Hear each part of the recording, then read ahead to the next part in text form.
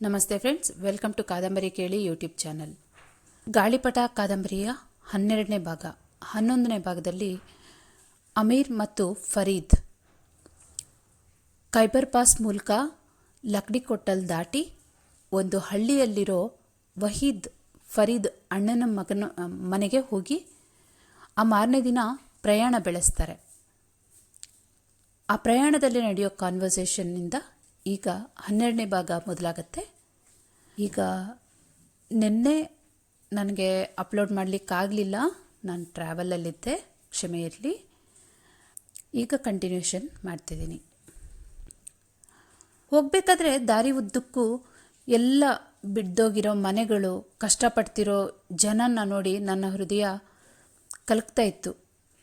ಅಲ್ಲಿ ನೋಡಿ ಸರ್, ಆ ಹಳ್ಳಿ, ಇಲ್ಲಿ ನನ್ನ ಫ್ರೆಂಡೊಬ್ಬ ಸೈಕಲ್ ರಿಪೇರಿ ಮಾಡೋನು, ತುಂಬ ಚೆನ್ನಾಗಿ ರಿಪೇರಿ ಮಾಡ್ತಿದ್ದ. ಅಷ್ಟೇ ಅಲ್ಲ, ಅವನು ಎಷ್ಟು ಅದ್ಭುತವಾಗಿ ತಬಲ ಬಾರಿಸ್ತಿದ್ದ ಗೊತ್ತಾ. ಅವನ್ನ ಇವರು ಸಾಯಿಸ್ಬಿಟ್ರು ಸರ್. ಆಮೇಲೆ ಇಡೀ ಹಳ್ಳಿನೇ ಅವರು ಸುಟ್ಟುಬಿಟ್ಟಿದ್ದಾರೆ ನೋಡಿ ಅಂತ ಹೇಳಿ ಆ ಹಳ್ಳಿ ಮೂಲಕ ಫರೀದ್ ನನ್ನ ಕರ್ಕೊಂಡೋದ. ಅಲ್ಲಿದ್ದ ನಾಯಿಗಳು ಕೂಡ ಅಲುಗಾಡ್ತಾ ಇರಲಿಲ್ಲ. ಇದ್ರ ಬಗ್ಗೆ ಎಲ್ಲ ಸ್ವಲ್ಪ ಓದ್ತಾ ಇದ್ದೆ ನಾನು ನ್ಯೂಸ್ ಪೇಪರಲ್ಲಿ ಅಂತ ಹೇಳಿದೆ. ಅದಕ್ಕೆ ಫರೀದ್ ಹೇಳ್ದ, ಸರ್, ನೋಡೋದು ಬೇರೆ, ಕೇಳಿಸ್ಕೊಳ್ಳೋದು ಬೇರೆ. ನಿಜಕ್ಕೂ ನೋಡೋದ್ರಲ್ಲಿ ನಿಜವಾದ ಪಿಕ್ಚರ್ ಸಿಗುತ್ತೆ ಸರ್ ನಿಮಗೆ ಅಂತ ಹೇಳ್ದ. ಅದು ನಿಜಾನೇ. ನಂತರ ಫರೀದ್ ಹೇಳ್ದ, ಸರ್, ಇಲ್ಲಿ ನಾನು ನಮ್ಮಪ್ಪ ಪಂಜೀರ್ ವ್ಯಾಲಿಯಲ್ಲಿ ಜಿಹಾದ್ ಫೈಟ್ ಮಾಡಿದ್ವಿ. ಆಮೇಲೆ ಒಂದು ಕ್ರೂಸಿಂದ ನಮ್ಮ ಅಪ್ಪನ್ನ ಹೊಡೆದ್ಬಿಟ್ರು. ಅಲ್ಲಿಂದ ಈಗ ನಾವೇನು ಮಾಡಬೇಕು ಸರ್? ಇಲ್ಲಿಂದ ಆ ಕಡೆಗೆ ಹೋದ್ವಿ. ಅಲ್ಲಿ ನನ್ನ ಮಕ್ಕಳು ಲ್ಯಾಂಡ್ ಮೈನಲ್ಲಿ ತೀರ್ಕೊಂಡ್ರು, 2 ಹೆಣ್ಮಕ್ಳು ಸರ್. ಅದಕ್ಕೆ ನಾನು ಪಾಕಿಸ್ತಾನ್ಗೆ ಹೊರಟೋದೆ ಅಂತ ಹೇಳ್ತಾ ಕರ್ಕೊಂಡೋದ.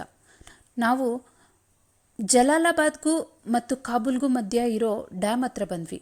ಅದು 1667ರಲ್ಲಿ ಫ್ರೆಂಚಿಂದ ನಾವು ಸ್ವತಂತ್ರ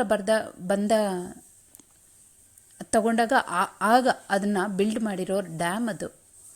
ಆ ಡ್ಯಾಮ್ ಹತ್ರನೇ ಲಾಸ್ಟ್ ಟೈಮ್ ನಮ್ಮಪ್ಪ ನಾವು ಎಸ್ಕೇಪ್ ಆಗಿ ಹೋಗ್ಬೇಕಾದ್ರೆ ಟರ್ಪಲ್ ಹೊದಿಸಿರೋ ಟ್ರಕ್ಕಲ್ಲಿ ಕೂತಿರುವಾಗ ಒಬ್ಬ ರಷ್ಯನ್ ಸೋಲ್ಜರ್ ಬಂದು ಗೋ ಸ್ಲೋಲಿ ಮೈಮೂನ್, ಗೋ ಸ್ಲೋಲಿ ಅಂತ ಹಾಡಾಡ್ಕೊತ ನಮ್ಮ ಟ್ರಕ್ಕಲ್ಲಿದ್ದ ಹೆಂಗಸನ್ನು ಕೇಳಿದ್ದು.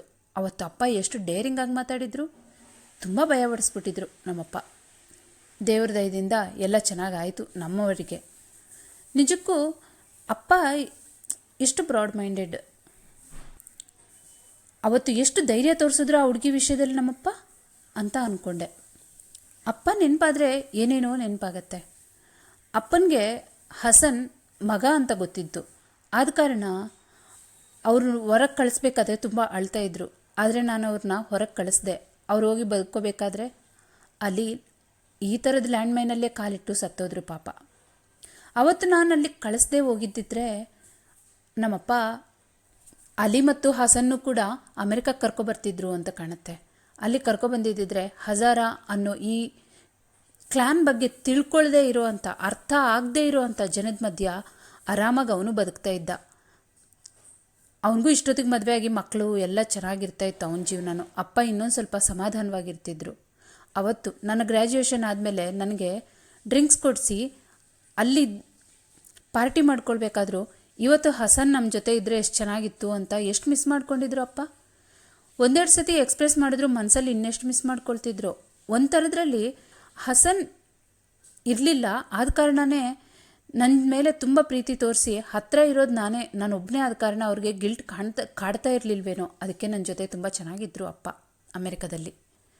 ಅದೆಲ್ಲ ನೆನೆಸ್ಕೊಂಡಾಗ ಹಸನ್ ಇಲ್ವಲ್ಲ, ಅದರಿಂದನೇ ನನ್ನ ಮೇಲೆ ಪ್ರೀತಿ ತೋರಿಸಿದ್ರೇನೋ ಅನ್ನೋ ಈ ಫೀಲಿಂಗ್ ಕೂಡ ತುಂಬ ನೋವು ಕೊಡ್ತಾ ಇದೆ ನನಗೆ. ರಹೀಮ್ ಖಾನ್ ಕಾಕ ಹಸನ್ನ ಇಲ್ಲಿ ಕರ್ಕೊಬರ್ದೇ ಹೋಗಿದ್ದಿದ್ರೆ ಅವನ ಪಾಪ ಆ ಹಜಾರ ಜಾಟಲ್ಲಿ ಬದುಕೊಂಡಿರ್ತಿದ್ನೋ ಏನೋ. ಒಟ್ಟಿನಲ್ಲಿ ಅವರಿಬ್ಬರು ಜೀವನ ಹಾಳಾಗೋದಕ್ಕೆ ಒಂದು ಥರದ್ರಲ್ಲಿ ನಮ್ಮಪ್ಪ, ಒಂದು ಥರದ್ರಲ್ಲಿ ರಹೀಮ್ ಖಾನ್, ಒಂದು ಥರದ್ರಲ್ಲಿ ನಾನು, 3 ಜನನೂ ನಮ್ಮ ಪಾಲಿದೆ. ಆದರೆ ಬಾಬಾ ಅವ್ರನ್ನ ಬೆಟರ್ ಮಾಡ್ತಾಯಿದ್ರು. ಆ ಅವಕಾಶ ನಾವೇ ಕೊಡಲಿಲ್ಲ. ಈ ರೀತಿ ಯೋಚನೆಗಳಲ್ಲಿ ನಾನು ಮುಂದೆ ಹೋದೆ. ಇಲ್ಲಿ ಹೋಗ್ತಿದ್ದಂಗೆ ನಂಗೆ ಅನ್ನಿಸ್ತು, ಈ ಫರೀದ್ ಎಲ್ಲೋ ದಾರಿ ತಪ್ಪಿ ಬೇರೆ ಕಡೆಗೆ ಹೋಗ್ತಿದ್ದಾನೆ, ಯಾವ ರೋಡ್ ಮಿಸ್ ಮಾಡ್ಕೊಂಡ ಅಂತ ನಾನು ಯೋಚನೆ ಮಾಡ್ತಾಯಿದ್ದೆ. ಆದರೆ ಸರ್, ನನಗೆ ಅರ್ಥ ಆಗತ್ತೆ ಸರ್, ಸ್ಮೂತಾಗಿ ತಗೊಳ್ಳಿ, ಇದೆಲ್ಲ ಮಾಮೂಲಿ, ಇನ್ನೂ ಎಷ್ಟು ನೋಡಬೇಕೋ ಏನೋ ಅಂತ ಹೇಳ್ಕೊಳ್ತಾ, ಎನಿವೇಸ್ ವೆಲ್ಕಮ್ ಸರ್ ಅಂತ ಹೇಳ್ದ. ಅಲ್ಲಿ ನೋಡಿದ್ರೆ ನಿಜಕ್ಕೂ ಅರೆ ನೋ, ಏನಿದು ಹಿಂಗಾಗೋಗಿದೆ, ಇಲ್ಲಿದ್ದ ಮರಗಳೆಲ್ಲ ಏನಾಯಿತು ಅಂತ ಕೇಳಿದೆ. ಅದಾ ಸರ್, ನಮ್ಮ ಅಫ್ಘಾನಿಸ್ತಾನವರು ರಷ್ಯಾದವರು ಒಬ್ಬರ ಮೇಲೆ ಒಬ್ಬರು ಯುದ್ಧ ಮಾಡ್ಕೊಳ್ತಾ ಒಬ್ಬರು ಹೊಡಿಯೋಕ್ಕೆ ಬಂದಾಗ ಇನ್ನೊಬ್ಬರು ಮರ ಹತ್ತಿ ಕೂತ್ಕೊಂಡ್ಬಿಡ್ತಿದ್ರು. ಈ ಮರ ಹತ್ತಿದವರು ಹೊಡಿಯೋಕ್ಕೆ ಹೋದಾಗ ಅವರು ಇನ್ನೊಂದು ಮರ ಹತ್ತಿ ಕೂತ್ಕೋತಿದ್ರು. ಆ ಗೋಳೆ ಬೇಡ ಅಂದ್ಬಿಟ್ಟು ಅದನ್ನೆಲ್ಲ ಬೋಳಿಸ್ಬಿಟ್ರು ಸರ್. ಅದಾದಮೇಲೆ ಈಗ ಜನಕ್ಕೆ ಮನೆಯಲ್ಲಿ ದುಡ್ಕೊಂಬರೋ ಗಂಡಸರಿಲ್ಲ, ಮನೇಲಿರೋ ಹೆಂಗಸರಿಗೆ ಒಳಗಡೆ ಡೀಸೆಲ್ಲು ಪೆಟ್ರೋಲು ತರೋಕ್ಕೆ ದುಡ್ಡಿಲ್ಲ. ಆದ ಕಾರಣ ಮಕ್ಳ ಕೈಯಲ್ಲಿ ಇಲ್ಲಿರೋ ಮರಗಳನ್ನೆಲ್ಲ ಕಡಿದು ಅವರೆಲ್ಲರೂ ಚಳಿಗೆ ಬೆಚ್ಚಕ್ಕೆ ಕಾಯಿಸ್ಕೊಂಡ್ರು ಸರ್ ಅಂತ ಹೇಳ್ದ. ಇಲ್ಲೊಂದು ಪೊಲೀಸ್ ಕ್ವಾರ್ಟರ್ಸ್ ಇತ್ತು, ಇಲ್ಲೊಬ್ಬ ಸೈಫುಲ್ಲಾ ಅಂತ ಒಳ್ಳೆ ಗಾಳಿಪಟ ಮಾರ್ತಾ ಇದ್ದ, ಇವೆಲ್ಲ ಏನಾಯಿತು ಅಂತ ಕೇಳಿದೆ. ಅದಾ ಸರ್, ಈ ದೇಶದಲ್ಲಿ ಪೊಲೀಸ್ಗೇನು ಕಮ್ಮಿ ಸರ್, ಆ ಕ್ವಾರ್ಟರ್ಸ್ ಹಂಗೆ ಇದೆ ನೋಡಿ ಅಂತ ತೋರಿಸ್ದ. ಅದು ಕೂಡ ಒಂದೊಂದು ಮನೆ ಸ್ವಲ್ಪ ಡ್ಯಾಮೇಜ್ ಆಗಿತ್ತು.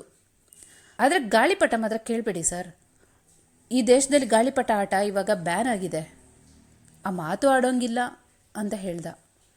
ಇಲ್ಲಿ ನಮ್ಮಪ್ಪ ಒಂದು ಅನಾಥಾಶ್ರಮ ಕಟ್ಟಿದ್ರು ಅಂತ ಹೇಳಿದೆ. ಅವಾಗ ಅಪ್ಪ ಇಡೀ ರಾತ್ರಿ ಕೂತು ಬ್ಲೂ ಪ್ರಿಂಟ್ ತಯಾರು ಮಾಡಿಸಿದ್ದು, ಅವರ ಸ್ವಂತ ಖರ್ಚಲ್ಲೇ ಇಡೀ ಪ್ರಾಜೆಕ್ಟ್ನ ಕಂಪ್ಲೀಟ್ ಮಾಡಿದ್ದು. ಅವತ್ತಿನ ದಿನ ಅಪ್ಪ ಭಾಷಣ ಮಾಡಬೇಕಾದ್ರೆ ಅವರ ಕ್ಯಾರಿಕಲ್ ಹ್ಯಾಟ್ ಗಾಳಿಗೆ ಹಾರಿ ಹೋಗಿದ್ದು, ಅದನ್ನು ನಾನು ಹಿಡ್ಕೊಂಡು ನಿಂತಿದ್ದು. ಟೋಪಿ ಹಾರೋದಾಗ ಎಲ್ಲ ನಕ್ಕಿದ್ದ ವೀಕ್ಷಕರೆಲ್ಲ ಅಪ್ಪನ ಭಾಷಣಕ್ಕೆ ಎಷ್ಟು ಚಪ್ಪಾಳೆ ಹೊಡೆದಿದ್ರು. ಎಲ್ಲ ಒಂದು ಕ್ಷಣ ಕಣ್ಮುಂದೆ ಬಂದು ಹೋಯಿತು. ಅದು ನನಗೂ ಗೊತ್ತು ಸರ್, ಇವಾಗೆಲ್ಲ ಮಣ್ಣಿನ ದಿಬ್ಬೆ ಆಗಿಬಿಟ್ಟಿದೆ ಅದು ಅಂತ ಹೇಳಿ ಆ ಕಡೆಗೆ ಕಾರು ಓಡಿಸ್ದ. ಫರೀದ್, ನನಗಿಲ್ಲಿ ನಡಿಬೇಕನ್ನಿಸ್ತಿದೆ ಅಂತ ಹೇಳಿ ನಾನು ಬಾಗಿಲು ತೆಗೆದು ಇಳಿದು ಆ ಕಡೆಗೆ ನಡ್ಕೊಂಡೋದೆ. ಅಲ್ಲಿ ನೋಡ್ತಾ ಇದ್ದರೆ ಎಲ್ಲ ಬಾಬಾ ಇಲ್ಲಿ ಓಡಾಡಿದ್ದ ಜಾಗ ಅಂತ ನನಗೆ ತುಂಬಾ ಪ್ರೀತಿಯಿಂದ ಕಾಣ್ತಾ ಇತ್ತು. ಅದ್ರ ಜೊತೆಗೆ ಅದು ನೆಲಸಮ ಆಗಿರೋದು ನೋಡಿ ಹೃದಯ ಒಡೆದೋದಷ್ಟು ಬೇಜಾರಾಯಿತು. ಅಷ್ಟೊತ್ತಿಗೆ ದೂರದಲ್ಲಿ ಶಬ್ದ ಕೇಳಿಸ್ತು. ಆ ಕಡೆ ನೋಡಿದ್ರೆ ಒಂದು ಟ್ರಕ್ ಬರ್ತಾಯಿತ್ತು. ಅದರಲ್ಲಿ ಕಪ್ಪು ಬಟ್ಟೆ ಹಾಕ್ಕೊಂಡು ಒಂದಿಷ್ಟುದ್ದ ಗಡ್ಡ ಬಿಟ್ಕೊಂಡಿರೋ ಎಳೆ ಹುಡುಗರು, ಒಂದು 23 ವರ್ಷದ ಹುಡುಗರು, ಎಲ್ಲ 18ರಿಂದ 25 ಹುಡುಗರು ಹೋಗ್ತಾಯಿದ್ರು. ಅವ್ರ ಕಡೆಗೆ ಹಾಗೆ ನೋಡಿದೆ. ಒಬ್ಬ ಮಾತ್ರ ನನ್ನ ಕಣ್ಣಲ್ಲಿ ಕಣ್ಣಿಟ್ಟು ನೋಡ್ದ. ನಾನು ಹಾಗೇ ನೋಡಿದೆ ಅವನ್ನ. ಹಾಗೆ ಆ ಟ್ರಕ್ ಮುಂದೆ ಹೋಯ್ತು. ಸರ್, ಏನಾಯ್ತು ನಿಮಗೆ ಅಂತ ಫರೀದು ಒಂದೇ ಸಮ ನನ್ನ ಬೆನ್ನು ತಟ್ಟಿ ಕೈ ಎಳ್ದ. ಏನು ಅಂದರೆ, ಅವ್ರು ಬಂದಾಗ ಹಂಗೆ ನೋಡಬೇಡಿ ಸರ್, ಏನಿದು ನಿಮಗೇನು ಜೀವದ ಮೇಲೆ ಆಸೆ ಇಲ್ವಾ ಅಂತ ಹೇಳ್ದ. ಓ, ನಾನೇನು ನೋಡಬೇಕು ಅಂತ ಅಂದ್ಕೊಳ್ಳಿಲ್ಲ, ಆಕ್ಸಿಡೆಂಟಲ್ಲಾಗಿ ನೋಡಿದೆ, ಫಸ್ಟ್ ಟೈಮ್ ನೋಡಿದ್ದಲ್ಲ ಅಂತ ನಾನು ಹೇಳಿದೆ. ಎಷ್ಟು ಸತಿ ಆದರೂ ನೋಡಿ ಸರ್, ಅವ್ರಿಗೂ ಪೆಟ್ರೋಲಿಂಗ್ ಮಾಡ್ತಾನೆ ಇರ್ತಾರೆ ಸರ್, ನೀವು ಹಂಗೆ ದಿಟ್ಟಿಸಿ ನೋಡಬಾರ್ದು ಸರ್ ಅವ್ರನ್ನ. ಅವ್ರು ಬಂದಾಗ ನಿಮ್ಮಷ್ಟು ನೀವು ಸುಮ್ಮನೆ ಇರಬೇಕು ಅಥವಾ ಭಯ ಪಡಬೇಕು, ಇಲ್ಲ ಅಂದರೆ ಅವರು ಮನುಷ್ಯರಲ್ಲ ಸರ್, ನಿಮ್ಗೆ ಅರ್ಥ ಆಗ್ತಿಲ್ಲ ಅಂತ ಅವನು ಸ್ವಲ್ಪ ಗಾಬರಿಯಿಂದ ಹೇಳ್ತಾ ಇದ್ದ. ನಿಮ್ಮ ಫ್ರೆಂಡ್ ನಿಮಗೆ ಒಳ್ಳೆ ಅಡ್ವೈಸ್ ಕೊಡ್ತಿದ್ದಾರೆ, ಫಾಲೋ ಮಾಡಿ ಅಂತ ಹಿಂದುಗಡೆ ಒಂದು ದೊಡ್ಡ ವಾಯ್ಸ್ ಕೇಳಿಸ್ತು. ಏನು ಅಂತ ಹಿಂದೆ ತಿರುಗಿ ನೋಡಿದೆ. ಒಬ್ಬ ಮುದುಕ ಒಂದು ಒಂದು ಚಿಕ್ಕ ಮುರಿದೋಗಿರೋ ಚಿಕ್ಕ ಗೋಡೆ ಪಕ್ಕದಲ್ಲಿ ಕೂತ್ಕೊಂಡಿದ್ದ. ತುಂಬ ಕೆಟ್ಟ ಸ್ಮೆಲ್ ಬರ್ತಿತ್ತು ಅವನ ಹತ್ರ ಹೋದಾಗ. ಎಷ್ಟು ದಿನ ಆಗಿತ್ತೋ ಅವನ ಬಾಯಿ ತೊಳೆದು. ನಿಮ್ಮ ಫ್ರೆಂಡ್ ಹೇಳಿದ್ದು ಫಾಲೋ ಮಾಡಿ, ಬಹುಶಃ ನೀವು ತುಂಬ ಮೊದಲನೇ ಸಲ ನೋಡಿದ್ರೇನೋ ಅಲ್ವಾ ತಾಲಿಬಾನ್ಸ್ನ ಅಂದರು. ಹೌದು ಅಂತ ಅವ್ರ ಕಡೆ ದಿಟ್ಟಿಸಿ ನೋಡಿದೆ. ನಾನು ಫಸ್ಟ್ ಟೈಮ್ ನೋಡಿದ್ದು ಹೆಂಗಿತ್ತು ಗೊತ್ತಾ, ಅವತ್ತು ನಿಜಕ್ಕೂ ತುಂಬ ಒಳ್ಳೆಯ ದಿನ ಆಗಿತ್ತು ನಮಗೆ. ಆದರೆ ಇವ್ರುಗಳು ಬಂದಿತ್ತು ಅಂತ ಹೇಳಿ ಒಂದು ಪೊಯಮಲ್ಲಿರೋ ಇವರು ಸಾಯಿಸೋ ಯಮಕಿಂಕರಂತೆ ಬಂದರು ಇವರು ಅನ್ನೋ ಥರ ಹೇಳಿ ವಾಹ್ ವಾಹ್ ವಾಹ್ ವಾಹ್ ಅಂತ ಅವ್ರಿಗವರೇ ಹೇಳಿದ್ರು. ಆಗ ಸರ್ ಇದು ಆ ಗಜಲ್ ಅಲ್ವಾ ಅಂತ ನೆನಪಿಸ್ಕೊಂಡು ಹೇಳಿದೆ. ಹೌದು, ಅವರು ಎಲ್ಲಿ ಬಂದಿದ್ದರು ಅಂತ ಕೇಳಿದ್ರೆ ಎದುರುಗಡೆ ಇಲ್ಲೇ ನಾನು ಯೂನಿವರ್ಸಿಟಿಯಲ್ಲಿ ಹಯಾಮ್ ಆಫೀಸ್ ಈ ಥರದ್ದು ಸುಮಾರು ನನಗೆ ಪ್ರೊನೌನ್ಸಿಯೇಷನ್ ಕರೆಕ್ಟಾಗಿ ಸಿಗ್ತಾ ಇಲ್ಲ ಫ್ರೆಂಡ್ಸ್, ಕೆಲವೊಂದು ಎಪಿಕ್ಸ್ ಇಸ್ಲಾಂ ಎಪಿಕ್ಸ್ ಮತ್ತು ಉರ್ದುವಲ್ಲಿ ಅರಬ್ಬಲ್ಲಿ ಇರೋವಂಥ ಸ್ವಲ್ಪ ಗ್ರೇಟೆಸ್ಟ್ ಬುಕ್ಸ್ ಆ ಹೆಸರುಗಳು ಎಲ್ಲ ಹೇಳ್ತಾರೆ. ಅದನ್ನು ಕೇಳಿಸ್ಕೊಂಡು ಓ ಹೌದಾ ಸರ್, ಏನು ಸಬ್ಜೆಕ್ಟ್ ಹೇಳ್ಕೊಡ್ತಿದ್ರಿ ಅಂದಾಗ ಈ ಬುಕ್ಸ್ ಎಲ್ಲ ಹೇಳಿದ್ರು. ಹೌದಾ, ನಮ್ಮಮ್ಮ ಕೂಡ ಅಲ್ಲೇ ಕೆಲಸ ಮಾಡ್ತಾಯಿದ್ರು ಸರ್ ಅಂತ ಹೇಳಿದೆ. ಯಾರು ನಿಮ್ಮಮ್ಮ ಅಂತ ಕೇಳಿದ್ರು. ಸೋಫಿಯಾ ಅಕ್ರಮ್ ಅಂತ ಹೇಳಿದೆ. ಓ ಆ ಹೆಂಗ್ಸಾ, ಗೊತ್ತು ನನಗೆ ಅಂತಂದರು. ನಿಮಗೆ ಗೊತ್ತಾ ಅಂತ ನಾನು ಗಾಬರಿಯಿಂದ ಸಂತೋಷದಿಂದ ಕೇಳಿದೆ. ಹಾಂ, ನಾನು ಸುಮಾರು 1958ರಿಂದ 1996ರವರೆಗೂ ಅಲ್ಲೇ ಲೆಕ್ಚರರ್ ಆಗಿ ಮಾಡಿದ್ದೀನಿ. ನಾನು ಇರಾನಲ್ಲಿ ಗೆಸ್ಟ್ ಲೆಕ್ಚರ್ ಆಗಿ ಹೋಗಿದ್ದೆ ಗೊತ್ತಾ. ನಂದು ಲೆಕ್ಚರ್ ಮುಗಿದ್ಮೇಲೆ ಅಲ್ಲಿರೋ ಜನ ಎಲ್ಲ ಸ್ಟ್ಯಾಂಡಿಂಗ್ ಓವೇಷನ್ ಕೊಟ್ಟಿದ್ದರು. ಈಗಿರೋ ಈ ಮಕ್ಕಳಿಗೆ ಏನು ಅರ್ಥ ಆಗುತ್ತೋ, ಏನು ಒಳ್ಳೆಯದು ಏನು ಕೆಟ್ಟದ್ದು ಗೊತ್ತಾಗತ್ತೋ ಗೊತ್ತಿಲ್ಲ, ಆದರೆ ನಮ್ಮನ್ನೆಲ್ಲ ಈ ಸ್ಥಿತಿಗೆ ತಂದಿಟ್ಟಿದ್ದಾರೆ ಅಂತ ಕಾಲು ಎಳೆದು ತೋರಿಸಿದ್ರು. ಅವ್ರ ಕಾಲು ಮುರಿದಿತ್ತು, ಸ್ಮೆಲ್ ಬರ್ತಾಯಿದ್ರು. ಎಷ್ಟು ದಿನ ಆಗಿತ್ತು ಸ್ನಾನ ಮಾಡಿ. ಹೌದಾ, ನಿಮ್ಗೆ ನಮ್ಮಮ್ಮ ಗೊತ್ತಾ, ನಮ್ಮಮ್ಮ ಏನಾದರೂ ಮಾತಾಡ್ತಿದ್ರಾ ನಿಮ್ಮ ಜೊತೆ ಅಂತ ನಾನು ಅವ್ರ ಹತ್ರ ಮೊಂಡಿ ಊರಿಗೆ ಕೇಳಿದೆ. ಹಾಂ, ಲಾಸ್ಟ್ ದಿನ ಅವ್ರು ನನ್ನ ಜೊತೆ ಮಾತಾಡಿದ್ದೇನು ಗೊತ್ತಾ, ಅವರು ಪ್ರೊಫೆಸರ್ ನಾನು ತುಂಬ ಪ್ರೊಫೌಂಡ್ಲಿ ಹ್ಯಾಪಿನೆಸ್ ಇದೆ ನನಗೆ, ಆದರೆ ನಂಗೆ ತುಂಬ ಭಯ ಆಗ್ತಿದೆ ಅಂತ ಹೇಳಿದ್ರು. ಅವತ್ತು ನಾವು ಆಲ್ಮಂಡ್ ಕೇಕ್ ಅವ್ರಿಗಿಷ್ಟ ಅಂತ ತರಿಸಿದ್ವಿ. ಅದ್ರ ಮೇಲೆ ಹನಿ ಹಾಕ್ಕೊಂಡು ತಿನ್ನೋದಂದರೆ ಅವ್ರಿಗೆ ತುಂಬ ಇಷ್ಟ ಇತ್ತು. ಜೊತೆಗೆ ಬ್ಲ್ಯಾಕ್ ಟೀ ಕಂಪಲ್ಸರಿ. ಓ ಹೌದಾ, ನಮ್ಮಮ್ಮಂಗೆ ಆಲ್ಮಂಡ್ ಕೇಕ್ ಇಷ್ಟನಾ ಅಂತ ನಾನು ಒಂದು ಸೆಕೆಂಡ್ ಅವ್ರ ಕಡೆ ನೋಡಿದೆ. ಹಾಂ, ಮತ್ತೇನು ಹೇಳಿದರು ಅಂತ ಕೇಳಿದೆ. ಹಾಂ, ಅವ್ರು ಹೇಳಿದ್ದೊಂದೇ ಮಾತು, ನಾನು ತುಂಬ ಖುಷಿಯಾಗಿದ್ದೀನಿ ಪ್ರೊಫೆಸರ್ ರಜುಲ್, ದೇವರು ತುಂಬ ಖುಷಿ ಕೊಟ್ಟ ಮೇಲೆ ಏನಾದರೂ ಒಂದು ಕಿತ್ಕೊಳ್ತಾನಂತೆ, ನನ್ನ ಹತ್ರ ಏನು ಕಿತ್ಕೋತಾನೋ, ನನಗೆ ತುಂಬ ಭಯ ಆಗ್ತಿದೆ ಅಂತ ಹೇಳಿ ಹೊಟ್ಟೆ ಮುಟ್ಕೊಂಡಿದ್ರು ಅಂತ ಹೇಳಿದ್ರು. ಯಾಕಂದರೆ ಅವರು ಡೆಲಿವರಿ ಡೇಟ್ ಹತ್ರ ಆಗಿತ್ತು ಅವಾಗ ಅಂತ ಹೇಳಿದ್ರು. ಹೌದಾ, ನಮ್ಮಪ್ಪ ಯಾವಾಗಾದರೂ ಅಮ್ಮನ ಬಗ್ಗೆ ಏನಾದರೂ ಕೇಳಿದಾಗ ನಿಮ್ಮಮ್ಮ she is a great women, ಅವಳು she is a very good human being, she is a great human being ಆ ಥರನೇ ಹೇಳ್ತಾಯಿದ್ರು. ಬಿಟ್ಟರೆ ಅವರು ಯಾವ ರೀತಿಯಲ್ಲಿ ಗ್ರೇಟು, ಅವರ ಹೇರ್ ಸ್ಮೆಲ್ ಹೇಗೆ ಬರ್ತಿತ್ತು, ಅವ್ರ ನಗು ಹೇಗಿರ್ತಿತ್ತು, ಅವ್ರ ವಾಯ್ಸ್ ಹೇಗಿರ್ತಿತ್ತು, ಅವ್ರಿಗೆ ಏನು ತಿಂದರೆ ಇಷ್ಟ, ಯಾವ ಕಲರ್ ಬಟ್ಟೆ ಇಷ್ಟ, ಅವ್ರ ಟೈಮ್ ಪಾಸ್ಗೆ ಏನು ಓದ್ತಾ ಇದ್ರು, ಎಷ್ಟೊಂದು ಕ್ವಶನ್ಸ್ ಇದ್ವು. ಆದರೆ ಅಪ್ಪ ಆ ರೀತಿ ದೊಡ್ಡ ಪಿಕ್ಚರ್ ಕೊಟ್ಟೋದು ಬಿಟ್ಟರೆ ನನಗೆ ಯಾವತ್ತೂ ಸಣ್ಣ ಸಣ್ಣ ವಿಷಯಗಳು ಹೇಳಿರಲಿಲ್ಲ. ಈಗ ಮೊಟ್ಟ ಮೊದಲನೇ ಬಾರಿಗೆ ದಾರಿಯಲ್ಲಿರೋ ಒಬ್ಬ ಭಿಕ್ಷುಕನ ಹತ್ರ ಕೇಳಿಕೊಂಡೆ ನಮ್ಮಮ್ಮನ ವಿಚಾರ. ಮತ್ತೆ ಇನ್ನೇನಾದರೂ ಗೊತ್ತಾ, ಇನ್ನೇನಾದರೂ ನಮ್ಮಮ್ಮನ ಬಗ್ಗೆ ನೆನಪಾದರೆ ಹೇಳಿ ಅಂತ ಅಲ್ಲೇ ಕೂತೆ. ಸರ್ ಬನ್ನಿ ಅಂತ ಹೇಳಿ ಫರೀದ್ ಕರೆದ. ಅಷ್ಟೊತ್ತಿಗೆ ಇನ್ನೊಂದು ಪೆಟ್ರೋಲ್ ಮಾಡೋಕ್ಕೆ ಮತ್ತೊಂದು ಟ್ರಕ್ ಹೋಗ್ತಾ ಇತ್ತು. ಅವರು ನೀವೇನು ಅಂದ್ಕೊಳ್ಳಿಲ್ಲ ಅಂದರೆ ನನಗೊಂದು ಸ್ವಲ್ಪ ಅಮೌಂಟ್ ಕೊಡ್ತೀರಾ ಅಂತ ಕೇಳಿದ್ರು ಆ ಪ್ರೊಫೆಸರ್. ನನ್ನ ಪರ್ಸ್ಗೆ ಕೈ ಹಾಕಿ 1,00,000 ಆಫ್ಘನ್ ದುಡ್ಡು ಕೊಟ್ಟೆ. ಅದು ತುಂಬ ಜಾಸ್ತಿ ಏನಲ್ಲ, ಅದು ಈಕ್ವಲೆಂಟು $3 ಅಮೆರಿಕನ್ ಕೊಟ್ಟೆ. ನಾನು ಕೊಟ್ಟಿದ್ದಕ್ಕಿಂತ ಸ್ಪೀಡಾಗಿ ಅವರು ಅವರ ಪಂಚೆಯಲ್ಲಿ ಬಚ್ಚಿಟ್ಕೊಂಡ್ಬಿಟ್ರು. ನಂತರ ನಿಜಕ್ಕೂ ನಾನು ನೆನಪಿಸ್ಕೊಳ್ತೀನಿ ನಿಮ್ಮಮ್ಮನ ಬಗ್ಗೆ, ನಿಂಗೆ ಹೇಳಬೇಕಂತ ಅನ್ನಿಸ್ತಿದೆ, ಆದರೆ ನನ್ನ ಮೈಂಡ್ ಅಷ್ಟು ವರ್ಕ್ ಆಗ್ತಿಲ್ಲ, ನನಗೂ ವಯಸ್ಸಾಯ್ತು ನೋಡು, ಖಂಡಿತವಾಗ್ಲೂ ನೆನಪಿಸ್ಕೊಳ್ತೀನಿ, ಮತ್ತೊಂದು ಸತಿ ನೀನು ಬಂದು ನನ್ನ ಕಾಣು ಅಂತ ಹೇಳಿದ್ರು. ಏನೇ ಆಗಲಿ, ಎಂಥ ಚಿಕ್ಕ ವಿಷಯ ಆದರೂ ನೆನಪಿಸ್ಕೊಂಡಿಲ್ಲೇ ಇರಿ, ನಾನು ಬರ್ತೀನಿ ಅಂತ ಹೇಳಿದೆ. ಆದರೆ ಅವ್ರನ್ನ ಮುಂದೆ ನಾನು ನೋಡಲೇ ಇಲ್ಲ. ಫರೀದ್ ಬನ್ನಿ ಸರ್ ಬನ್ನಿ ಅಂತ ಹೇಳಿ ಎಳ್ಕೊಂಡೋದ ನನ್ನ. ಅಲ್ಲಿಂದ ನಮ್ಮ ಆಶ್ರಮ ಎಲ್ಲಿದೆ ಅಂತ ಹೇಳಿ ಮತ್ತೊಂದು ಸತಿ ಬಂದು ಪ್ರೊಫೆಸರ್ ರಜುಲ್ ಅವ್ರನ್ನ ಕೇಳಿದೆ.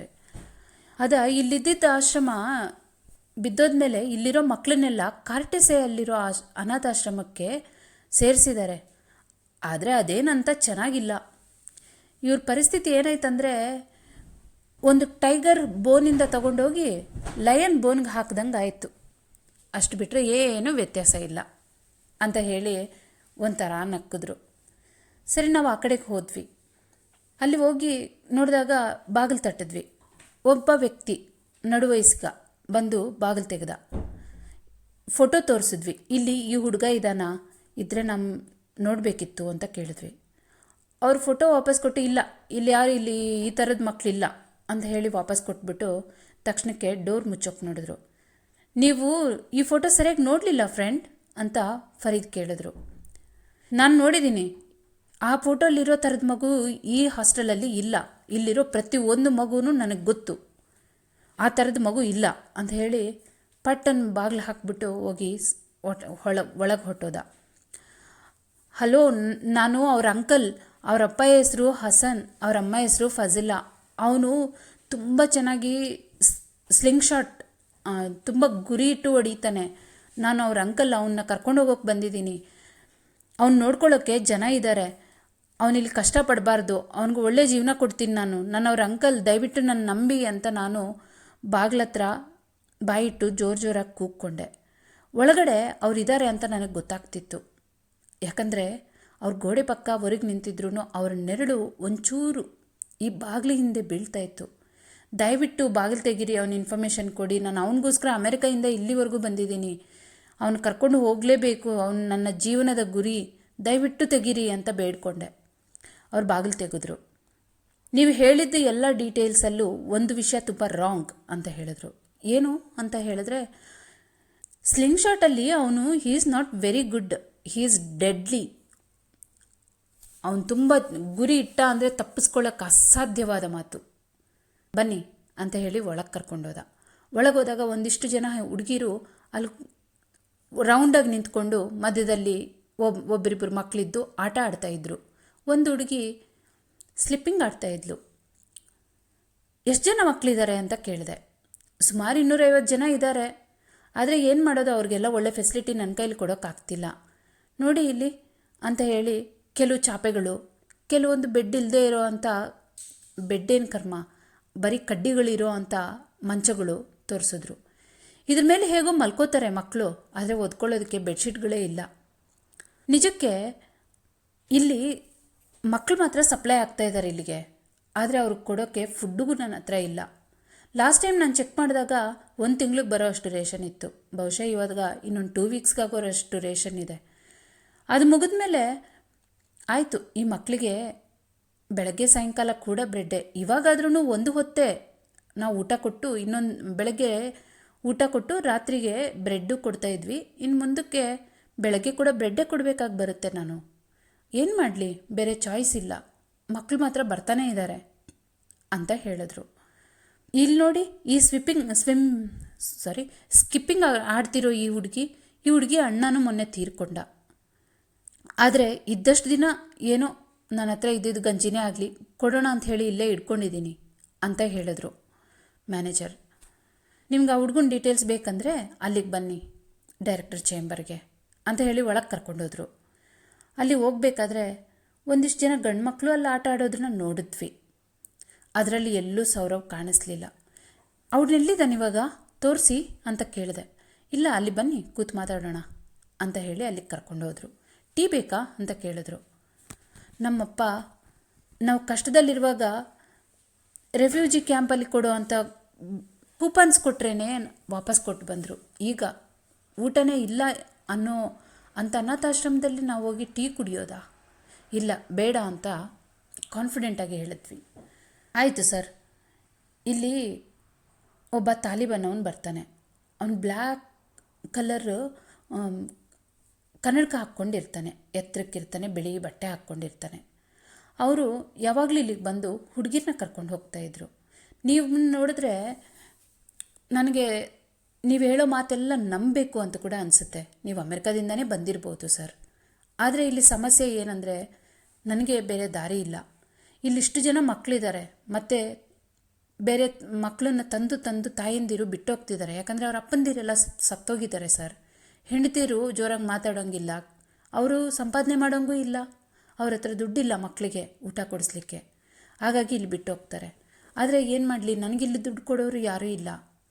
ಆದ ಕಾರಣ ಆ ತಾಲಿಬಾನ್ ಬಂದಾಗ ಸ್ವಲ್ಪ ದುಡ್ಡು ಕೊಡ್ತಾರೆ.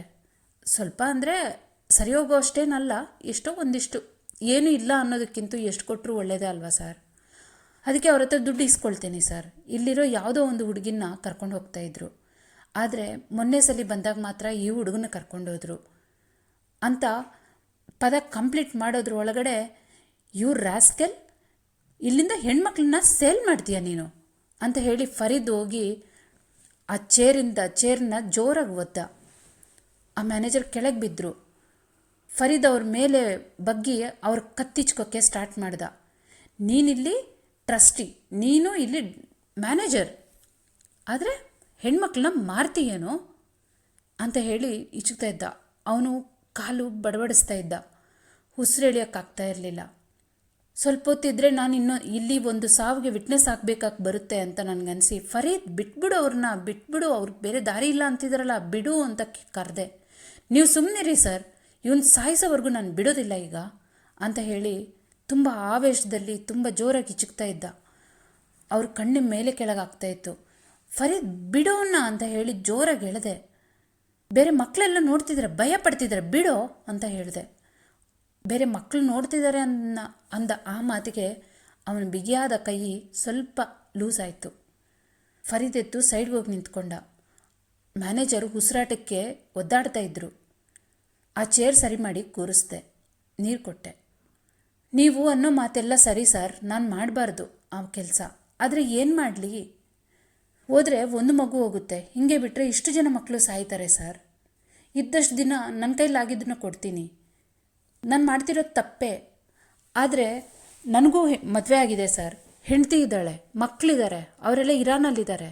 ನನಗೂ ಆಪ್ಷನ್ ಇತ್ತಲ್ವಾ, ಈ ಮಕ್ಕಳನ್ನ ನೋಡ್ಕೊಂಡು ನಾನು ಯಾಕೆ ಇಲ್ಲಿರಬೇಕು, ಅಲ್ಲಿಗೆ ಹೋಗ್ಬೋದಿತ್ತಲ್ವ, ಆದರೆ ನಾನು ಹೋಗಲಿಲ್ಲ ಸರ್, ಈ ಮಕ್ಕಳು ಒಳ್ಳೇದಕ್ಕಾಗಿ ಇಲ್ಲಿದ್ದೀನಿ ಅಂತ ಹೇಳಿ ಅವ್ರು ಹೇಳ್ತಾಯಿದ್ರು. ಆದರೆ ಫರೀದ್ ಮಾತ್ರ ಕನ್ವಿನ್ಸ್ ಆಗಲಿಲ್ಲ. ಆದರೆ ಸುತ್ತಲೂ ಇರೋ ಮಕ್ಕಳು ಕೆಲವರು ಅಳಕ್ಕೂ ಸ್ಟಾರ್ಟ್ ಮಾಡಿದ್ರು. ಇಷ್ಟಕ್ಕೂ ಅಲ್ಲಿ ಹೋಗಿದ್ದಾನ, ಅವ್ರು ಎತ್ಕೊಂಡು ಹೋಗಿದ್ದಾರೆ, ಅವ್ರನ್ನ ಹೇಗೆ ಕಂಡುಹಿಡಬೇಕು ನಾನು ಅಂತ ಕೇಳಿದೆ. ನೀವು ಅವ್ರನ್ನ ನೋಡಬೇಕಂದ್ರೆ ನಾಳೆ ಅದೇ ಸಾಕರ್ ಗೇಮ್ ಮಾಡ್ತಿದ್ರಲ್ಲ ಸರ್, ಆ ಗ್ರೌಂಡಿಗೆ ಬನ್ನಿ, ಅಲ್ಲಿ ಪನಿಷ್ಮೆಂಟ್ ಕೊಡೋಕ್ಕೆ ಅಲ್ಲಿ ಬರ್ತಾರೆ ಆವಾಗ ಅಲ್ಲಿ ಸಿಗ್ತಾರೆ, ಅವರೇ ಕರ್ಕೊಂಡೋಗಿರೋದು ಅಂತ ಹೇಳಿದ್ರು. ಥ್ಯಾಂಕ್ಸ್ ಹೇಳಿ ಹೊರಗೆ ಬಂದ್ವಿ. ಬರಬೇಕಾದ್ರೆ ಮ್ಯಾನೇಜರ್ ಬಂದು ಬಾಗಿಲು ಹಾಕಿದ್ರು, ಗಾಜಿನ ಡೋರು. ಬೇರೆ ಮಕ್ಕಳೆಲ್ಲ ಬಂದು ಅವರ ಸುತ್ತಲೂ ನಿಂತ್ಕೊಂಡು ಕೆಲವರು ಅಳ್ತಾ ಇದ್ದರು, ಕೆಲವರು ಅವ್ರ ಬಟ್ಟೆ ಹಿಡ್ಕೊಂಡು ಎಳೀತಾ ಇದ್ರು, ಏನಾಯಿತು ಅಂತ ವಿಚಾರಿಸ್ಕೊಳ್ತಿದ್ರು ಅಂತ ಕಾಣುತ್ತೆ. ಅದನ್ನ ನೋಡಿ ಕಣ್ತುಂಬ ನೀರು ಬಂತು. ಹೊರಗೆ ಬಂದ್ವಿ. ಪಸ್ತೂನಿಸ್ತಾನ್ ಸ್ಕ್ವೇರ್ ಅದ್ರ ಹತ್ರ ಹೋದ್ವಿ. ಏನೇ ಸ್ಮೆಲ್ಲು ಅಂತ ನಾನು ಕೇಳಿದೆ. ಡೀಸೆಲ್ ಸರ್ ಅಂತ ಹೇಳ್ದ. ಡೀಸೆಲ್ಲಾ? ಇಲ್ಲ ಅಂತ ಕೇಳಿದೆ. ಹೌದು ಸರ್, ಯಾಕಂದರೆ ಇಲ್ಲಿ ಪೆಟ್ರೋಲ್ ತಗೊಳ್ಳೋ ಅಷ್ಟು ಶಕ್ತಿ ಇಲ್ಲ ಸರ್, ಅದು ಡೀಸೆಲ್ ಸ್ಮೆಲ್ ಸರ್ ಅಂತ ಕೂಲಾಗಿ ಹೇಳ್ದ ಫರೀದ್. ಮುಂಚೆ ನಾನು ಚಿಕ್ಕಂದ್ರಲ್ಲಿ ಎಷ್ಟು ಒಳ್ಳೆ ಸ್ಮೆಲ್ ಬರ್ತಿತ್ತು ಗೊತ್ತಾ ಇಲ್ಲಿ ಅಂತ ಕೇಳಿದೆ. ಬಾಯಿ ತುಂಬ ನೀರು ತಂದ್ಕೊತ, ಹೌದು ಸರ್, ಒಳ್ಳೆ ಮೇಕೆ ಕಬಾಬ್ ಎಷ್ಟು ಟೇಸ್ಟಿಯಾಗಿರ್ತಿತ್ತು ಅಂದ ಫರೀದ್. ಎಲ್ಲಿ ಹೋಯ್ತು ಆ ಸ್ಮೆಲ್ ಅಂತ ಅಲ್ಲಿ ಅಪ್ಪ ಯಾವಾಗಲೂ ನನ್ನ ಕರ್ಕೊಂಡು ಹೋಗ್ತಾ ಇದ್ದ ಅಹಮದ್ ಕಬಾಬ್ ಹೌಸ್ ಹತ್ರ ಕಣ್ಣಾಯಿಸ್ದೆ. ಅದರ ಎದುರುಗಡೆ ಒಂದು ಶವ ನೇತಾಡ್ತಿತ್ತು, ಯಾರ್ದೋ ಗೊತ್ತಿಲ್ಲ. ಅಲ್ಲಲ್ಲಿ ಕಲೆಗಳಿದ್ವು, ಆ ಬಾಗಿಲು ಮುರಿದೋಗಿತ್ತು, ವಿಂಡೋಗಳು ಪೂರ್ತಿ ಕೆಳಗೆ ಬಿದ್ದಿದ್ವು, ಅಲ್ಲಲ್ಲಿ ಕಸ ಇತ್ತು. ಇದನ್ನು ಎಕ್ಸ್ಪೆಕ್ಟೇ ಮಾಡಿದ್ದಲ್ಲ. ಹಾಗೆ ಆ ಸ್ಕ್ವೇರ್ನ ದಾಟಿ ಮುಂದೆ ಬಂದ್ವಿ. ಅಲ್ಲಿ ಮುಂದೆ ಬರುವಾಗ ಅಲ್ಲಿ ಅಂತ ಹೇಳಿ ನಾನು ತೋರಿಸ್ದೆ. ನಾನು ಈ ರೋಡಲ್ಲಿ ಎಲ್ಲಾದರೂ ತಪ್ಪೋಗ್ತೀನೇನೋ ಅಂತ ಹೇಳಿ ಅಪ್ಪ ನನಗೆ ಒಂದು ಲ್ಯಾಂಡ್ಮಾರ್ಕ್ ಕೊಟ್ಟಿದ್ರು. ಹಿಂಗೆ ಓಡಾಡ್ತಿರು, ಎಲ್ಲಿ ನಿಂಗೆ ಆರೆಂಜ್ ಕಲರ್ ಬಿಲ್ಡಿಂಗ್ ಕಾಣುತ್ತೋ ಅಲ್ಲಿ ರೈಟ್ ತೊಗೊಂಡು ಮುಂದೆ ಹೋಗು, ಅವಾಗ ನಮ್ಮ ಮನೆ ಕಾಣುತ್ತೆ ನಿಂಗೆ ಅಂತ ಹೇಳಿದರು. ಅದನ್ನು ಅವನಿಗೆ ಹೇಳಿದೆ. ಅದೇ ರೋಡಲ್ಲಿ ಮುಂದೆ ಹೋದ. ನಾನಿದ್ದ ಮನೆ ಕಾಣ್ತು. ಆದರೆ ಚಿಕ್ಕಂದ್ರಲ್ಲಿ ನಡಿಬೇಕಾದ್ರೆ ಎಷ್ಟೊಂದು ದೂರ, ಆ ಮನೆಯಿಂದ ಈ ಮನೆ ಎಷ್ಟು ದೂರ ಇದೆ ಅನ್ನಿಸ್ತಿತ್ತು. ಆದರೆ ಈಗ ನಿಜಕ್ಕೆ ಅಷ್ಟು ದೂರ ಏನಿಲ್ಲ ಅದು. ಅದ್ರ ಮುಂದೆ ಹೋಗಿ ನಿಂತೆ. ಸೈಡಲ್ಲಿದ್ದ ರಾವಿ ಮರಗಳು ಎಲ್ಲ ಕಡ್ದು ಹಾಕ್ಬಿಟ್ಟಿದ್ರು. ಇದ್ದಿದ್ದು ಒಂದು ಮರ ಮಾತ್ರ ಬೋಳಾಗಿ ನಿಂತಿತ್ತು. ಇಲ್ಲಿರೋ ಎಲ್ಲ ಮರಗಳ ಮೇಲೆ ಕೂತು ನಾವು ಅಕ್ಕಪಕ್ಕ ಮನೆಯವ್ರಿಗೆಲ್ಲ ಟಾರ್ಚರ್ ಮಾಡ್ತಿದ್ವಿ ಲೈಟ್ ಬಿಟ್ಟು ಅಲ್ಲಿ ಎಲ್ಲ ಎಷ್ಟು ನಮಗೆ ಆರ್ಡ್ರ್ ಮಾಡ್ತಾಯಿದ್ರೆ ಹಂಗೆ ಮಾಡಬಾರ್ದು ಅಂತ ಅಂದ್ಕೊಳ್ತಾ ಗೇಟನ್ನು ನೋಡಿದೆ. ಒಳಗೋದೆ. ಎಲ್ಲೋ ಆ ಮೆಟ್ಲತ್ರ ಅಲ್ಲಿ ಯಾವಾಗಲೂ ನಮ್ಮ ಸ್ನೋ ಬೂಟ್ಸ್ ತೆಗೆಸಿ ಮನೆ ಒಳಗೆ ಕರ್ಕೊಂಡೋಗ್ತಿದ್ರು. ಹೋಗ್ಬೇಕನ್ನಿಸ್ತು ನಿಜಕ್ಕೂ ಒಳಗೋಗಿ. ಆವಾಗ ಅಲ್ಲಿ ಆರೆಂಜ್ ಚಿಪ್ಪೆಯಿಂದ ರೂಮ್ ಬಿಸಿಯಾಗೋಕ್ಕೆ ಬೆಂಕಿ ಮಾಡ್ತಾಯಿದ್ರು, ಕೆಂಡ ಸುಡ್ತಾಯಿದ್ರು. ಆ ಸ್ಮೆಲ್ ಎಷ್ಟು ಚೆನ್ನಾಗಿತ್ತು. ಆ ಸ್ಮೆಲ್ ನೋಡ್ಕೊತ ಹಸನ್ ಆಡೋ ಓಲ್ಡ್ ಹಜಾರ ಸಾಂಗ್ಸ್ನ ಕೇಳ್ಕೊತಾ ನನ್ನ ಫೇವ್ರೆಟ್ ಚೆರಿ ಮಾರ್ಮ್ಲೇಡ್ ಹಚ್ಚಿರೋ ಸ್ಲೈಸ್ ಆಫ್ ಬ್ರೆಡ್ ನಾನು ತಿನ್ಕೊತ ಬ್ಲ್ಯಾಕ್ ಟೀ ಕುಡಿತಾ ಒಂದು ಸ್ವಲ್ಪ ಹೊತ್ತಿರ್ಬೇಕನ್ನಿಸ್ತು. ಆದರೆ ಚಾಯ್ಸ್ ಇಲ್ಲ. ಸುತ್ತಲೂ ನೋಡಿದೆ, ನಮ್ಮ ಗಾರ್ಡನ್ ಹಾಳಾಗಿತ್ತು. ಅಪ್ಪ ಅಲ್ಲೆಲ್ಲ ನಿಲ್ಲಿಸಿ ಎಷ್ಟು ಪಟಾಕಿ ಹೊಡಿಸಿದ್ರು ನನ್ನ ಬರ್ಡೇಗೆ. ಅಲ್ಲಿದ್ದಿದ್ದ ರೋಸ್ ಬುಷಸ್ ಎಲ್ಲ ಒಣಗಿ ಇಲ್ಲಿ ಗಿಡ ಇತ್ತು ಅನ್ನೋ ನಾಮರೂಪನೂ ಇಲ್ದಂಗಾಗಿದ್ವು. ಅಪ್ಪಂದು ಫೋರ್ಡ್ ಮಸ್ತಾಂಗ್ ಕಾರು ಹೋಗ್ತಾ ಇದ್ದ ಡ್ರೈವ್ವೇ ಅಲ್ಲಿ ಒಂದು ಕಡೆ ಕ್ರೋಟನ್ಸ್, ಒಂದು ಕಡೆ ರೋಸ್ ಬುಷಸ್ ಇದ್ವು. ಅಪ್ಪ ಅಲ್ಲಿ ನಿಂತು ಹಾಕ್ಸಿದ್ರು ಅದನ್ನು. ಅದ್ರ ಗಂಧ ಗಾಳಿನೂ ಇಲ್ಲ. ಆದರೆ ಆ ದಾರಿ ಉದ್ದಕ್ಕೂ ಪೆಟ್ರೋಲ್ ಚೆಲ್ಲಿ ಅದೊಂಥರ ಕರೆ ಕಟ್ಟಿ ಎಷ್ಟು ಕೆಟ್ಟದಾಗಿ ಕಾಣ್ತಾ ಇತ್ತು. ಮನೆ ಮೇಲ್ಗಡೆಗೆ ಅಪ್ಪ ಇದ್ದಾಗ ಯಾವಾಗಲೂ ಈ ಮನೆಗೆ ಬೆಳ್ಳಗೆ ಶೈನಿಂಗ್ ಬರೋ ಥರ ವೈಟ್ ವಾಶ್ ಮಾಡಿಸಿರ್ತಾಯಿದ್ರು. ಈಗ ಬಣ್ಣ ಬಿಡಿ ಮೇಲ್ಗಡೆದೆಲ್ಲ ಸಿಮೆಂಟ್ ಕಿತ್ತೋಗಿ ಒಳಗಡೆ ಇರೋ ಇಟ್ಟಿಗೆಗಳು ಕಾಣ್ತಾ ಇದ್ದಾವೆ ಅಲ್ಲಲ್ಲಿ. ಮತ್ತು ಮೇಲ್ಗಡೆಯಿಂದ ಕೆಲವೊಂದು ರೂಫ್ ಕೂಡ ಚಿಪ್ ಆಫ್ ಆಗಿದೆ, ವಿಂಡೋಗಳು ಒಡೆದಿದ್ದಾವೆ. ನಾನಿದ್ದ ರೂಮ್ ವಿಂಡೋ ನೋಡಿದೆ. ಆ ವಿಂಡೋಯಿಂದನೇ ಹಸನ್ ಕೊನೇ ಬಾರಿ ನಮ್ಮ ಮನೆ ಬಿಟ್ಟು ಹೋಗೋವಾಗ ಅವನ ಚಾಪೆಯನ್ನು ಬೆನ್ನಿಗೆ ಕಟ್ಕೊಂಡು ಹೋಗ್ತಾ ಇದ್ದು ನೋಡಿದ್ದು ಅದೆಲ್ಲ ನೋಡಿದೆ. ಇಷ್ಟೊತ್ತಿಗೆ 4 ಸತಿ ಫರೀದ್ ಆರನ್ ಮಾಡ್ದ, ಬನ್ನಿ ಬನ್ನಿ ಅಂತ. ನನ್ನ ಮನಸ್ಸಿಗೆ ತುಂಬ ನೋಯ್ತಾ ಇತ್ತು.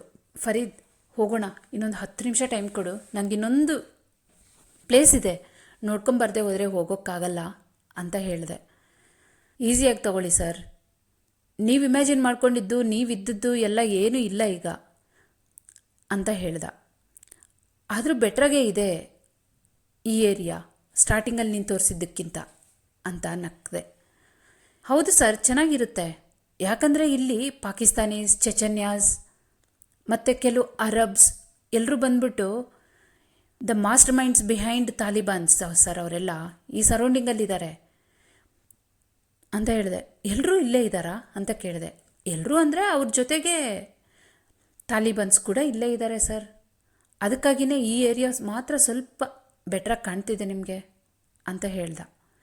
ನಾನು ಸ್ಪೀಡಾಗಿ ನಡ್ಕೊಂಡು ನಾವು ಹೋಗ್ತಾ ಇದ್ದ ನಮ್ಮ ಬೆಟ್ಟಕ್ಕೆ ಓಡಿದೆ. ಅಲ್ಲಿ ಹೋಗಿ ನೋಡಿದಾಗ ಹಸನ್ ಬರೆದ ಹಾಗೆ ಆ ನಮ್ಮ ದಾಳಿಂಬೆ ಮರ ಈಗ ಹಣ್ಣು ಬಿಡ್ತಾ ಇಲ್ಲ ಅಂತ ಲೆಟ್ರಲ್ಲಿ ಬರೆದಿದ್ದ. ಆದರೆ ಅದು ಈಗ ಬೋಳ್ಬೋಳಾಗಿ ಕಾಣ್ತಿದೆ. ಬಹುಶಃ ಅದಕ್ಕೆ ನೀರಿರಲಿಲ್ವೇನೋ. ಅಲ್ಲಿ ಇದ್ದಿದ್ದ ಹುಲ್ಲು ಕೂಡ ತುಂಬ ಒಣಗೋಗಿದೆ. ಅಲ್ಲಿ ನಾವು ಹೋಗ್ತಾ ಇದ್ದಿದ್ದ ಆ ಗೋರಿದು ಬಾಗಿಲು, ಆ ಐರನ್ ಗೇಟ್ ಕೂಡ ರಸ್ಟ್ ಹಿಡ್ದು ಎಲ್ಲಿಗಲ್ಲಿ ಮುರಿತಾ ಇದೆ. ಅದು ನೋಡಿದೆ. ಅದ್ರ ಪಕ್ಕದಲ್ಲೇ ಅಲ್ವಾ ಸೋನು ಬಾರನ್ನು ಹೂತಿದ್ದಾರೆ ಅಂತ ನನಗೆ ರಹೀಮ್ ಖಾನ್ ಅವರು ಹೇಳಿದ್ರು ಅಂತ ಅದನ್ನೂ ಒಂದು ಸತಿ ನೋಡ್ಕೊಬಂದೆ.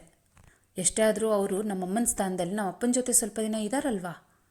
ಮತ್ತೆ ಬಂದು ನಾನು ಹುಡುಕಬೇಕಾದ ಒಂದು ವಸ್ತು, ಆ ದಾಳಿಂಬೆ ಮರಕ್ಕೆ ನಾನು ಚಾಕು ತಗೊಂಡು ಬರೆದಿದ್ದು Hasan and Amir and Hasan sultanates of Kabul ಅಂತ. ಕೂತು ಅದಕ್ಕಾಗಿ ಹುಡುಕಿದೆ. ಎಷ್ಟೊಂದು ಫೇಡೌಟ್ ಆಗಿತ್ತು, ಬಟ್ ಆದರೂ ಆ ಅಕ್ಷರಗಳು ಸಿಕ್ಕಿದ್ವು. ಒಂದೊಂದು ಅಕ್ಷರವನ್ನು ಎಲ್ಲ ಸವರಿ ನೋಡಿದೆ. ಅಲ್ಲೊಂದು ಸ್ವಲ್ಪ ನಮಸ್ಕಾರ ಮಾಡಿಕೊಂಡು, ಹಸನ್ ಕೊನೆ ಬಾರಿಗೆ ಇಲ್ಲಿ ಬಂದಾಗ ಎಷ್ಟೊಂದು ದಾಳಿಂಬೆ ಹಣ್ಣು ತಗೊಂಡು ಪದೇ ಪದೇ ಹೊಡೆದಿದ್ದೆ ಅವನಿಗೆ. ಅವನು ಅರ್ಧ ಆಗಿರೋ ಹೋಳು ತಗೊಂಡು ಅವನ ಹಣೆಗೆ ಉಜ್ಜಿಕೊಂಡು ಸಮಾಧಾನ ಆಯಿತಾ ಅಂತ ಕೇಳಿ ಹೊಟ್ಟೋಗಿದ್ದ. ಎಲ್ಲ ಫ್ರೆಶ್ ಆಗಿದೆ ಮೆಮೊರೀಸ್. ಇಲ್ಲಿಂದ ನೋಡುವಾಗ ಫ್ಲೈಟ್ಸ್ ಟೇಕ್ ಆಫ್ ಆಗ್ತಿದ್ವು, ಗಾಳಿಪಟಗಳು ಎಷ್ಟು ಚೆನ್ನಾಗಿ ಕಾಣ್ತಿದ್ವು. ಕೆಳಗಡೆ ಕರೀತಾ ಇದ್ದಿದ್ದು ಎಲ್ಲ ಹಣ್ಣು ತರಕಾರಿ ಮಾರೋರ ಕೂಗುಗಳು ಎಷ್ಟು ಜೋರಾಗಿ ಕೇಳ್ತಿತ್ತು. ಮರಗಳು ಎಷ್ಟು ಗ್ರೀನಾಗಿ ಕಾಣ್ತಿದ್ವು. ಎಲ್ಲ ಎಲ್ಲಿ ಹೊಟ್ಟೋಯ್ತೋ ಯೋಚನೆ ಮಾಡ್ಕೊತ ಕೆಳಗೆ ಬಂದೆ. ಅಷ್ಟೊತ್ತಿಗೆ 2 ಸತಿ ಫರೀದ್ ಹಾರನ್ ನೋಡ್ದಿದ್ದ. ಅದಕ್ಕಾಗಿ ನಡಿ ಅಂತ ಮುಂದೆ ಹೊರಟ್ವಿ. ಅವತ್ತು ರಾತ್ರಿ ಒಂದು ಕಡೆ ಊಟ ಮಾಡಿದ್ವಿ. ಅದಾದಮೇಲೆ ಒಂದು ಹೋಟೆಲಲ್ಲಿ ಉಳ್ಕೊಳ್ಳೋಕ್ಕೆ ಚೆಕ್ ಇನ್ ಮಾಡಿದ್ವಿ. ಆ ಹೋಟೆಲಲ್ಲಿ ರೂಮು $75 ಅಮೆರಿಕನ್ ಡಾಲರ್ಸ್ಗೆ ಕೊಟ್ಟರು. ಒಳಗೋಗಿ ನೋಡಿದ್ರೆ ಒಂದು ಕಬ್ಬಿಣದ ಮಂಚ, ಅದರ ಮೇಲೆ ಅದ್ರ ಪಕ್ಕದಲ್ಲಿ ಒಂದು ಚಾಪೆ. ಬಾತ್ರೂಮ್ ತುಂಬ ಪಿಂಕ್ ಸ್ಪಾಟ್ಸ್ ಆಗಿದ್ವು. ರೂಮಲ್ಲಿ ಅಲ್ಲಲ್ಲಿ ರಕ್ತದ ಕಲೆಗಳಿದ್ವು. ವಿಂಡೋಗಳು ಒಡೆದೋಗಿದ್ವು. ಬೆಡ್ಶೀಟ್ ಅಂತ ಹೇಳೋ ಹಂಗಿಲ್ಲ, ಅಷ್ಟು ಕೆಟ್ಟದಾಗಿತ್ತು ರೂಮು. ಆದರೆ ಏನು ಮಾಡೋದು, ದಾರಿ ಇಲ್ಲ. ಈಗ ತಲೆ ಮರೆಸ್ಕೊಳ್ಳೋದಕ್ಕೆ ಒಂದು ಜಾಗ ಬೇಕಲ್ವಾ? ಮಲ್ಕೊಂಡ್ವಿ. ಸರ್, ನೀವು ನಿಜಕ್ಕೂ ಏನಕ್ಕೆ ಬಂದಿದ್ದೀರಾ ಇಲ್ಲಿಗೆ ಅಂತ ಮತ್ತೆ ಕೇಳ್ದ ಫರೀದ್. ಆ ಹುಡುಗನಿಗಾಗಿನೇ ಅಂತ ಹೇಳಿದೆ. ಸರ್, ಏನಾಗಬೇಕಾ ಹುಡುಗ? ನಿಜಕ್ಕೂ ಆ ಹುಡುಗನಿಗೋಸ್ಕರನೇ ಬಂದಿದ್ದೀರಾ? ಆ ಹುಡುಗನ ಕರ್ಕೊಂಡು ಹೋಗೋದ್ರಿಂದ ಬೇರೆ ಏನಾದರೂ ಉದ್ದೇಶ ಇದೆಯಾ? ನಿಜ ಹೇಳಿ ಸರ್. ಒಬ್ಬರು ಅಷ್ಟು ದೂರದಿಂದ ಒಂದು ಹುಡುಗನಿಗಾಗಿ ಬರ್ತಾರಾ ಅಂತ ಅವನ ಅನುಮಾನಗಳನ್ನು ವ್ಯಕ್ತಪಡಿಸ್ದ. ಹಾಗೇನಿಲ್ಲ ಫರೀದ್ ಅಂತ ಹೇಳಿದೆ. ಆದರೆ ಮಿಕ್ಕಿದ ವಿಚಾರ ಎಲ್ಲ ಅವನಿಗೆ ಅರ್ಥ ಮಾಡಿಸೋಕ್ಕೆ ನನಗೆ ಮನಸ್ಸಿಗೆ ನೋವಾಗ್ತಿತ್ತು. ಇವತ್ತು ಬೆಳಗ್ಗಿಂದ ನೋಡಿರೋ ಎಷ್ಟೊಂದು ವಿಷಯಗಳು ನನ್ನ ಮನಸ್ಸನ್ನು ಕಲ್ಕಿಬಿಟ್ಟಿದ್ವು. ನಾನು ಸೈಲೆಂಟಾಗಿ, ನನಗೆ ಟಯರ್ಡ್ ಆಗಿದೆ ಫರೀದ್ ಅಂತ ಮಲಗಿದೆ. ತಕ್ಷಣದಲ್ಲೇ ಪಕ್ಕದಲ್ಲಿ ಮಲಗಿದವನು, ಸರ್, ನಿಮ್ಗೆ ಈ ವಿಷಯದಲ್ಲಿ ಏನು ಸಹಾಯ ಬೇಕಾದರೂ 1000 ಸತಿ ಆದರೂ ಮಾಡ್ತೀನಿ ಸರ್ ಅಂದ್ಕೊಳ್ತಾ ಸೈಲೆಂಟಾಗಿ ಕೆಳಗೆ ಚಾಪೆ ಮೇಲೆ ಮಲಗಿದ. ಮತ್ತೆ ಪುಸುಕ್ ಅಂತ ನಕ್ಕ. ಏನು ಅಂತ ನಾನು ನೋಡಿದೆ. ಸರ್ ಅಂತ ಕರೆದ. ಫ್ರೆಂಡ್ಸ್, ಈಗ ಫರೀದ್ ಏನು ಹೇಳ್ತಾನೆ ಅನ್ನೋದನ್ನ ನಾಳೆ ಕಥೆಯಲ್ಲಿ ಹೇಳ್ತೀನಿ. Hope you like this story narration. ನಿಮಗೇನಾದರೂ ಇಷ್ಟ ಆದರೆ ಶೇರ್, ಲೈಕ್, ಸಬ್ಸ್ಕ್ರೈಬ್ ಮಾಡಿ ಆ್ಯಂಡ್ ಹ್ಯಾವ್ ಗುಡ್ ಟೈಮ್.